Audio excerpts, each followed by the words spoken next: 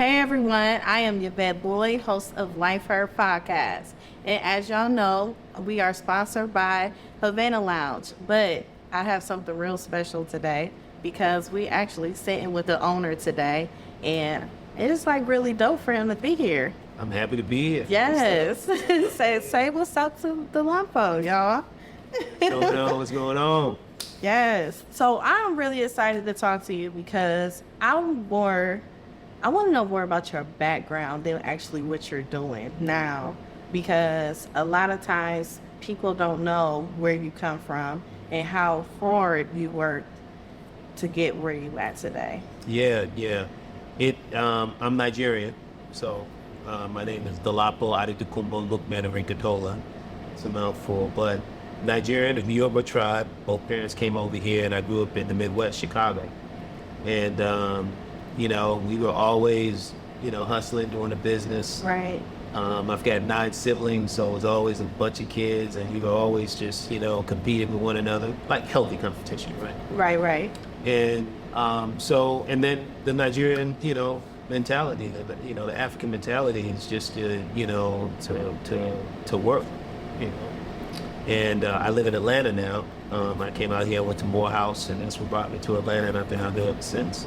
Okay. So what creates the drive that you have to just keep going and being so passionate about a lot of things you do? Because what I've noticed, you are passionate. And you take what you do serious. Yeah, man, because man, I tell you, this life is so different, right? I saw something on Instagram the other day, and it's the brother that's the scientist that's really, really smart. I forget his name, forgive me, but he was saying more people haven't lived than will live. That's true. And I couldn't understand what he was saying, and he explained it. He said in the mating process, you've got millions and millions of sperm trying to court with one egg, right? So for you to actually be here through that process, you're here, but all those other millions of potential lives, they'll never see the earth. So we have to take this time and really be special and do the best we can while we're here, because it's not a mistake that we're here. And there's a reason that we're here, because the odds were against us. So when he put it like that, I'm like, man, shoot, what else? Yeah. What else can we do, right? Yes, that is true. It's crazy the way you put that is, I've always lived, but I started living more after I lost my mother and my husband. And it created me to develop a different type of mindset and a different type of discernment when it comes to people. I've become, it's more quiet and more observant. Mm-hmm. And so I'm wanting to feel a person in a spiritual realm instead of actually just talking to them and stuff. So you can hear more when you listen and pay attention. Exactly. And I know that you're like that. Yeah, and but it also gives you confidence. It does. Especially when you lose someone close to you. I lost and I'm sorry for your loss. Thank you. I lost my younger sister. She was out in Dallas many years ago, and she got robbed. Wow. And they shot her.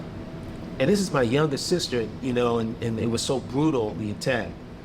And every time I get nervous or I think about, something that's kind of shaking me, I'm thinking, my little sister went through something that I can't even imagine. So there's not anything on this planet that I should be worried about that should shake me, right? Because that was the ultimate.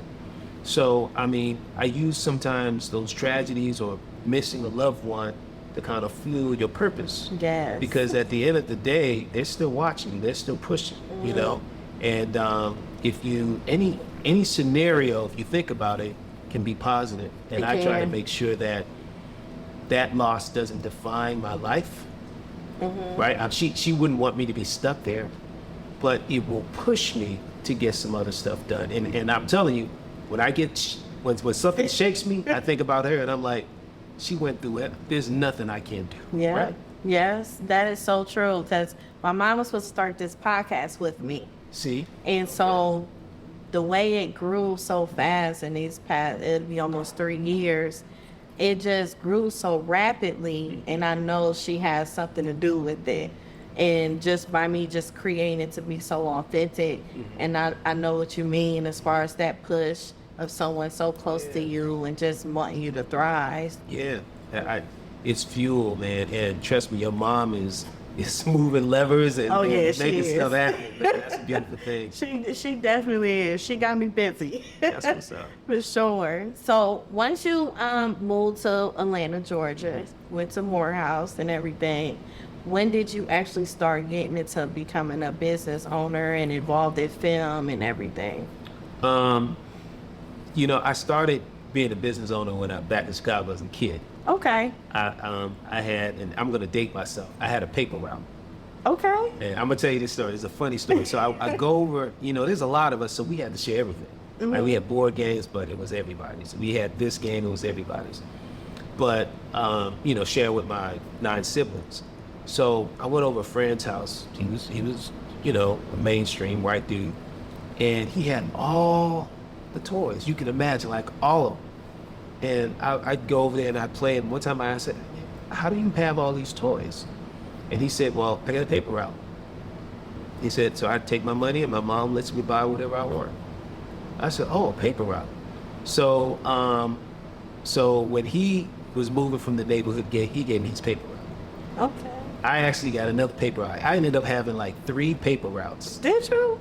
And this is the crazy part. In Chicago, it gets so cold, and I hate the cold, right? So I hired people to do the paper routes. And I was sitting at home. How old were you? I was like 11. That's crazy. So I was sitting at home, and I had everybody running the paper routes. I paid them good. I paid them, but, you know, and, you know, I had to get up in the morning and roll up the papers, but I had a team that was taking it out. So that was my first step into being an entrepreneur. And my dad kind of, you know, he was calling me lazy. He was like, son, you got all these paper routes, you still in the bed? I said, Dad, I got it. It's done. I got it. So now fast forward coming to Atlanta.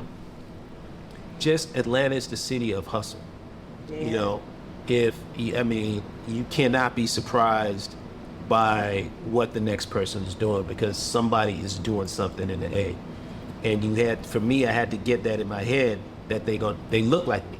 Yeah. Like in Chicago, they might not look like me, but in Atlanta, they look like me and they're doing it. So I had to learn really quick that, you know, I got to get my game up and surround myself, you know, with the right people. So I try to, like you, put myself in a role with people that are a lot smarter than me and you know, things just started working themselves out. My parlay into film came into, you know, I was engaged to a famous actress that's doing very, very well and just helping her. You know, I started really understanding the film business, and then it parlayed into me just doing, you know, some other things myself. Wow. So what do you like the most? Just like doing the film production or actually just managing your lounges and dipping in other things?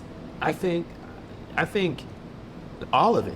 Really? I like doing all of it because it keeps you grinding. Like if it's exhausting, but you know, if you read those self-help books, they'll tell you that you're supposed to have 7 different income streams in order to be truly successful. Yes, that's true. If one goes bust, the other one will help. So restaurants is one way to do it, but if you're smart about it, you can have some overlays. So for example, I have restaurants, and in the restaurants, I have opportunities for live music, stages, and things like that. So I have also manage some artists. So I let my artists come and perform at the restaurant so that they can get exposure and, you know, they can hone their craft. And then when they hone their craft, I take them and some of the music that they do, I put it into films. So if you look at it the right way, there's always a way to kind of make sure that they're all connected together. Yeah. And you know, a lot of people, when they say 7 streams of income, a lot of times people doing 7 different things that's not relatable at all. And when everything is coming together and relatable, you'll find yourself seeing your money start to generate into many forms, and you're like, man, I could add this, and this, and it just becomes something just so amazing. It's a beautiful thing but you have to think outside of the box, right? So you think restaurants, and you don't think it can relate to the film industry. But guess what? When you have a restaurant, there's always a wrap party. There's a premiere party, right? Yeah. There is special meetings or table reads. If you look at it the right way, you can always find that overlap. And regardless of, the vertical that you put yourself in, you just got to think outside of the box. Yeah, you definitely do. So, with you being a business owner, and I'm a business owner myself, when do you find out your me time? Like time for you to take out from everything that you're doing? Because sometimes it can become overwhelming. It can. That's a really, that's a tough question because you're always working, right? The businesses that I see that do well are owners who are present. It's like being a parent. 99% of the job is just being there. You just got to be in the fold. You got to be in the house. And it's the same with the business. So you have to be there. So the more you take away from being there, the more you leave exposure for the business.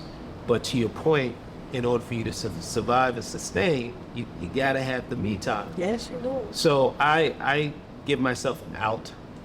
So I work towards that out, meaning I say I'm going to be in the restaurant business for 10 years. I'm going to be in the film industry for 12, 15 years. And so at least in my mind, I'm thinking there's a light at the end of the tunnel because I don't want to be married to the game indefinitely. And then I take time out to have that self-help day. So I'll go to the best hotel and maybe order room service. I still get some work done, but I'm sleeping in, the hotel bed, I'm eating. And those kind of things is almost like a mini vacation for me, so to recharge the battery. But I'll do things like that. What do you do? So maybe I can steal some of your ideas. Oh, I do a lot. I prioritize my time a lot. Because I have a janitorial company, I have a daycare center, and I do my podcasting, and I'm getting ready to open up a podcast studio. Well, so each day I make it prioritized for what I have to do that day. And I just break it down. So once I have certain days set on what I'm doing, I will pick a weekend and I will do a weekend trip. So a Saturday and Sunday, I may just get on the road and drive to Chicago or Detroit, something nearby, New York or whatever, and I will be there, even if it's a day. I fly there a day or drive there a day. I usually do that because I love nature. So long as I'm like getting my nature core in there, it rejuvenates me. So I just make sure I do that. And I don't answer my phone for everybody. I have having an iPhone, you could have your do not disturb, but you can have it on the focus on personal people. Okay. So I have people in there that I don't mind talking to when I know they're not gonna call me and ask me for something. So guys, if she doesn't answer, but she weren't in the little stuff. Yes, I make sure I do that because being in business, a lot of people can ask you for things and they count your money. They do all types of things, and it could become a cruel environment. So I just make sure I just keep myself mellow because I'm a calm person. Like I'm always like this. Like what's your son? Leo. Leo? Mm-hmm. Leo's not calm. Oh, I'm very calm. You calm? Okay. Very. All right. Yes. It takes a lot for me to get like wired. I mean, a whole lot. Okay. But most of the time, I love communicating. Communicating gets you far. Okay. It does. That's good. Going back to what you were saying about nature, changing the scenery is so big because even if it's nothing for an hour or a day or something, like you said, it rejuvenates you. And it's something about taking yourself out of your current situation and going someplace else. It's refreshing. Yeah. Seriously, because you're going to a hotel, right? if you go into nature, you will become rejuvenated because it's a natural, earthy thing for us to do. And Yeah, and I saw something that they were saying that we need to get our feet on the ground to stay grounded. And yes, all that's of that. one of the things. Yes. And I'm just thinking to myself, I haven't really put my feet in the grass since I don't know when, but they're saying that is something that, you know, all of us we need to do. We need to just really connect to the earth and get our feet on the ground. It has health benefits. It helps our cells and things like that. So yeah, that's cool. Yes, that's I important. gotta do it. Yes. So, have you ever failed in business? Yeah. Yes. You know, it's a journey, right? Yes. So snippets, you know, as you travel along the way, you fail. Like, so for example, when I first started thinking about a restaurant, I was going to open a restaurant with, you know, you ever watch Married to Medicine? Yes. Okay, so Dr. G, it's a really good friend of mine. We went to school together, high school. And so we were going to open a restaurant together. So we went out there, we signed the lease, everything was good, and then something happened where they snatched the lease from us last minute. So that was a failed opportunity, and we kind of lost interest. In fact, he ended up going in a different direction and opening up another clinic, and you know, he's a very respected and I want to say highly awarded, you know, doctor. So he had other things to do, and I just said, you know what, let me try again. And I connected with some other people. Shout out to Tony and Joe. They're my partners who own Blue Lagoon with me, and we ended up opening Blue Lagoon. But the first effort was a fail, right? Because you know, we couldn't get it off the ground, even though there was the effort there. So, but it's part of the story, part of the journey, and I think the thing that, you know, that I take away from that is, if one door shuts, another one open. Yeah, another one will open. Don't stop. Yes. Don't stop. Yeah. And that's very important. I'm not gonna say I like failure, but a lot of times when I do fail, I know once I get backed up, it's gonna be something amazing, right? Like it's amazing. Always like that. Yes. Yeah, but most people, once they fall, they're like, oh, you know, yeah, want to give bruised up. They're like, I'm done. No, it gave me more ammo. Yeah, I like that. ready to shoot her. Just keep going. So I know you're into film and everything, and it's funny because my best friend, she's into film a lot, and one of the production studios here in Atlanta. She's actually the one that dropped me off. What's her name? Charmaine, well, Kimberly. Yeah, Kimberly Epps. Shout out to Kimberly Epps. So I see that you have Waterboyz coming out soon? Got Waterboyz, written and directed by Coke Daniels. Okay. It's coming out later this year. We've got Quality Control that's doing the music. Okay. We've got Quavo in it. We've got Lala in it. We've got Rockman Dunbar. We got Damani, T.I.'s son in it. We've got a lot of Keely, who is the lead. Keely, Don't Kill Me. And it's really a coming of age story about the kids who, like in Atlanta, there's like this whole movement with kids running up to the water, selling you water. Yes. Some are doing it the right way, and some are doing it the wrong way. Right. And it's going to chronicle the story of young kids who are turning into entrepreneurs and dealing with what's going on in the street. You know, that's really good because a lot of people put out the negativity about children on how they go about things. But for you guys to create it as a film and it'd be a positive perspective from it, it'd be very motivating for other children to actually see it in a different perspective. So that's amazing that you guys turned it into We're a film. excited. Yeah, we're excited about that one. Now, it's going to be one of the classics, so I can't wait for the world to see that one. Yeah, I can't wait either. I love black film. Yeah. I don't care how low budget people will say it is or however, you got to look at the potential and the quality of it. You know, a lot of people, they may just be getting started, but they need the support for you to be able to keep going. Yeah. Now, I did a movie this past Christmas that BET bought that was called Sound of Christmas with Neil, Drea, Naya. Really? I didn't see that one. It's a good one. Really? I'm gonna have to go see that. Check out some of the other stuff that I did. Okay, that is amazing. So tell me about Dating COVID. Dating COVID is an upcoming movie that is really, really interesting. And I don't even want to give it away because the story is so unique. But COVID is the name of the gentleman. So COVID is his name? Is his name. Yeah, that's interesting. Okay. So a lot of people think, Yeah. But it's really, really good. You don't want to say. I don't want to give it. I don't want to give it away because imagine dating the perfect guy, right? Uh-huh.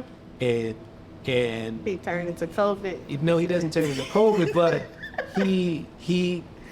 Okay, let me just give you a question. So you met a guy. He's perfect. He's everything you want to build. He's got the money. He's got the conversation. Everything is perfect. And then you guys are trying to, take it to the next level. And he says, well, hold on. I got something I got to tell you. Well, what if he told you he had HIV? And if he told you he had HIV, would you still be into him the way he could still protect himself, but he wanted to date you? These are real questions and real things. That's a real life question. Every day. Yeah, it is. Now, I'm not saying that that's what COVID is about, but I am saying watch the movie. You will not be disappointed. So these are questions we're going to challenge you. Yeah, that is challenging, though. So would you be going or would you, just kind of... We just going to go and move on with our show right now. Let's go. What about the GOAT? The GOAT is, think of American Idol for motivational speakers, right? Okay. So we take the best motivational speakers from around the country. They flew in, and we created a competition for them. And we had some mentors, some of the great orators here. We got Pastor Jamal Bryant to kind of coach some of these people. We got William Moore. We got some of notable orators, motivational speakers here in Atlanta, to kind of coach them, and we identified a winner, and they get a cash prize, and it's really, really good. It's really, really good. Yeah, if you like the competition feel of American Idol, but instead of singing, you like to hear those inspiring words, and this is gonna be the show for you. That's good. Yep. So it's filmed already? It's already in the can. Coming out. It's coming when out. It come out? Man? It's gonna be coming out this quarter by the end of the month. Wow, you've been working. You gotta grind, yeah. Goodness. So when you do movies and everything, do you implement your business in it? Do it end up being a film production space? Some of them. Some of them, like I shot a film that BET bought called Scheme Queens. It has a whole bunch of people. Ernestine is in there. B. Simone is in there. Jackie O is in there. A bunch of really Country Wayne is in there. Okay. We shot that at my restaurant, Blue Lagoon. And shout out to Cass Beatles who directed and wrote it. But we shot at Blue Lagoon. I think we also shot some of the scenes here as well. So to answer your question, yes, depending on the project, we try to get creative. That's good. Yeah. That's very good. So with you having your hands into everything right now, where do you see yourself? I'm gonna give you 3 years. Mm-hmm. Like as far as like the area of goal that you want, because I know you said I'll give myself 10 years for this and 10 years for that.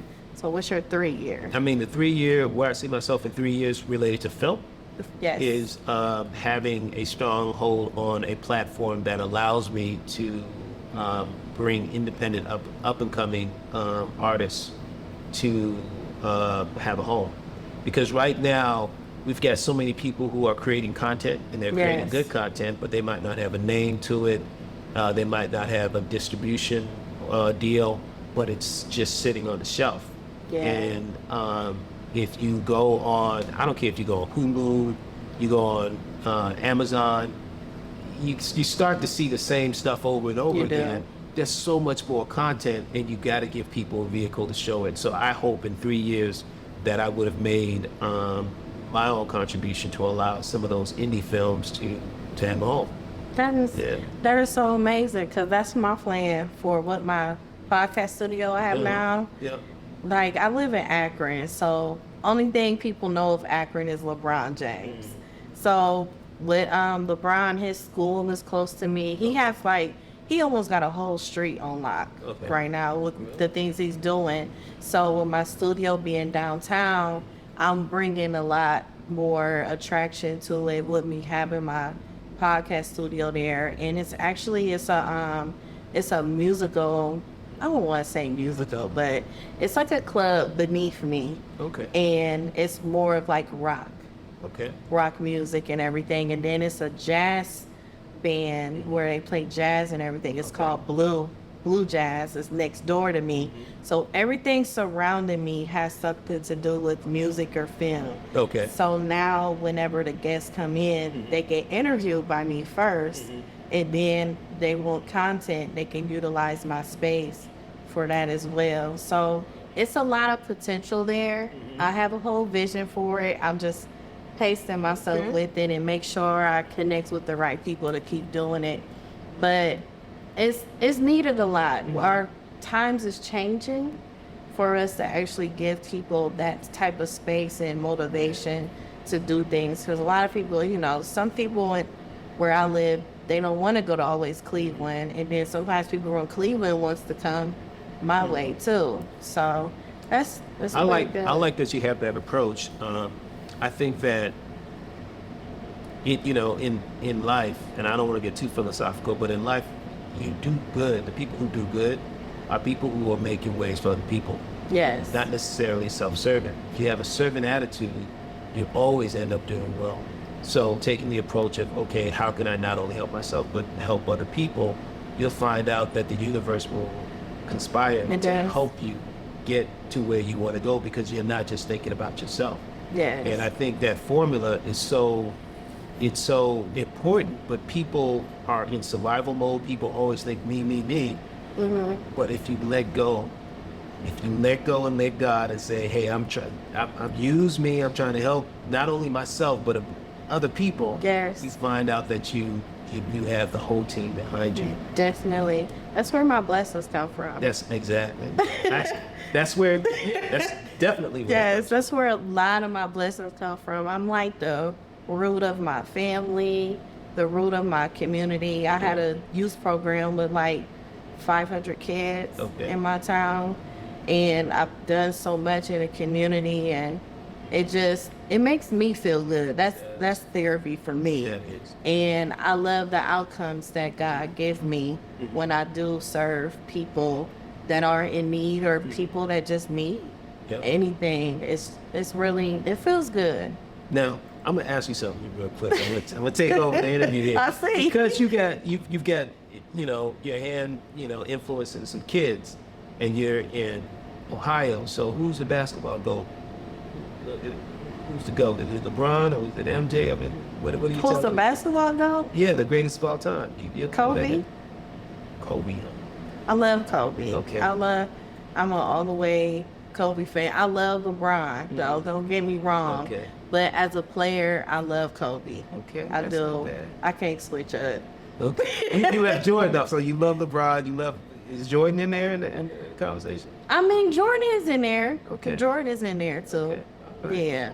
But I could say what I do love about LeBron, I wish they expose it more, is a lot that he does. Off the court. Yes, he has apartments for his families at his school. He has a medical clinic he's opening. He has a space where people can have their weddings at, everything. He actually getting another apartment complex built for his families also. Wow. And he done basketball courts, and he's done a lot. It's just not out there like that. It seemed like they try to find something wrong, but it's so much right that he does. I wish it was just exposed more. Well, Let people know. That's good. I didn't know all of that. So Yes. He's doing big stuff in Akron. Okay. It really is. He pours into him a lot, and it's a whole street of it. It's like a whole block, and then you turn, it's apartments, and then bigger apartments that's being built now. Probably, it looks like it'll be about maybe 50 to 60 families in it. Wow. Probably. Think about that, impacting like 50 families at one time. I mean, that's huge. Yes, and a lot of people don't know, at his school, he has behavioral children in his school. So the kids that's was in the public schools, he's taking them out of the public school and giving them a service of people, they have IEPs, behavior issues, everything. He has what they call the worst of the worst, but he's literally changing these kids' lives. Wow. Yeah. Kudos. King James. Yes. Not bad. Yes. So I like that part of him. But player-wise, cool. Definitely. So, do you have any major projects or anything coming up besides the 2 movies? I've got Killer B&B. If you're a fan of Zane, the author, Sex Chronicles back in the day. Yeah. And she's doing films now, so we collabed. And we have a film coming out called Killer B&B. And it's going to be out later on this year. We're excited about that. Also, we have a film coming out with Tanisha, who is a comedian. And so what we did was we took all female comedians from all over the country, flew them in, stuck them in one house, put up a camera, and we let them compete to see who was the funniest. The winner got $10,000. Okay. And when I say you're going to laugh your head off, you're going to laugh your head off. So we've got that coming out. And then I've got some other projects that are coming out as well that we're really excited about. I Am John Gabbana. If you remember Boot Game, who was part of that whole early on in social media that was doing a whole bunch of pranks and all this and that. Yeah. But the young man found God. And right now he's preaching the gospel, and I think he used to have 6 million followers, and now he shut down his account, changed his name to John Gabbana. I think 2 million followed him, but he's always preaching. He's always bringing a positive message now. And it's really a heartwarming story. Think unsung, but put instead of musical acts, you're talking about social media influencers. Yeah. This is just a really good story. And I did that with Jennifer Bassine and Uncle Reese. Wow. So what I've noticed is a lot of movies that you've talked about, you've done, is you create like an impact. It's like you want to be impactful for the people that's watching it. Yeah. I've noticed that. You get when you describe each one, it's like, okay, that's impactful. That's impactful. It should move you, and that's how I decide on what projects I want to be a part of. Yeah, I see. Right? So if I would sit down and watch it, then I would, I'm like, I would go do it. Yeah. So you like to make a difference and change and, help others. Yeah. I think that's what we're here for. I mean, we're here to have fun, grow ourselves, make sure we prosper, but we have a duty to, do the right thing and leave a good message. At least that's the way I was brought up. Okay, so what good message do you have for us? Man, the message today, guys, is do business the right way. Even if it's hard. Man. Even if it's hard, do business the right way. And an example of this would be if I'm doing a movie and I know I haven't gotten paid yet as the producer, but I know my cameraman hasn't gotten paid and the grip person hasn't gotten paid, I can write the checks. I can write my check first. But that's not doing good business. No, you gotta pay them. Pay everybody else first. And then you come back and pay yourself. And that's hard sometimes. If you have your own bills and you're like, man, I can write my check. But in your mind, you can't really be the boss if that's how you're looking at it. And that's just a small example. Doing the right thing, is in the confines of your own home and nobody's looking. Nobody can tell. I mean, I wouldn't be doing anything wrong if I'm writing the check to myself, but Yeah. I know that that's not the right thing. So we have to challenge ourselves to do the right thing even when no one is looking, because it's going to pay dividends. Because those same people now, if I call that grip person, he's going to be like, yo, D, I'm rocking with you. Yeah, because they don't know you gonna pay. Exactly. Yeah. It's the loyalty and the communication as well. Yeah. So Yeah. So that's what's up. dope. That's dope. Well, I want to thank you for letting me record my podcast in here. You didn't know me or nothing. And I just hope you enjoy my stay. I really did. It was really good, positive energy. I Thank love you. people with good energy, good people. So it's a blessing that you came through. You know, this is your home, so anytime. Thank you. I appreciate you.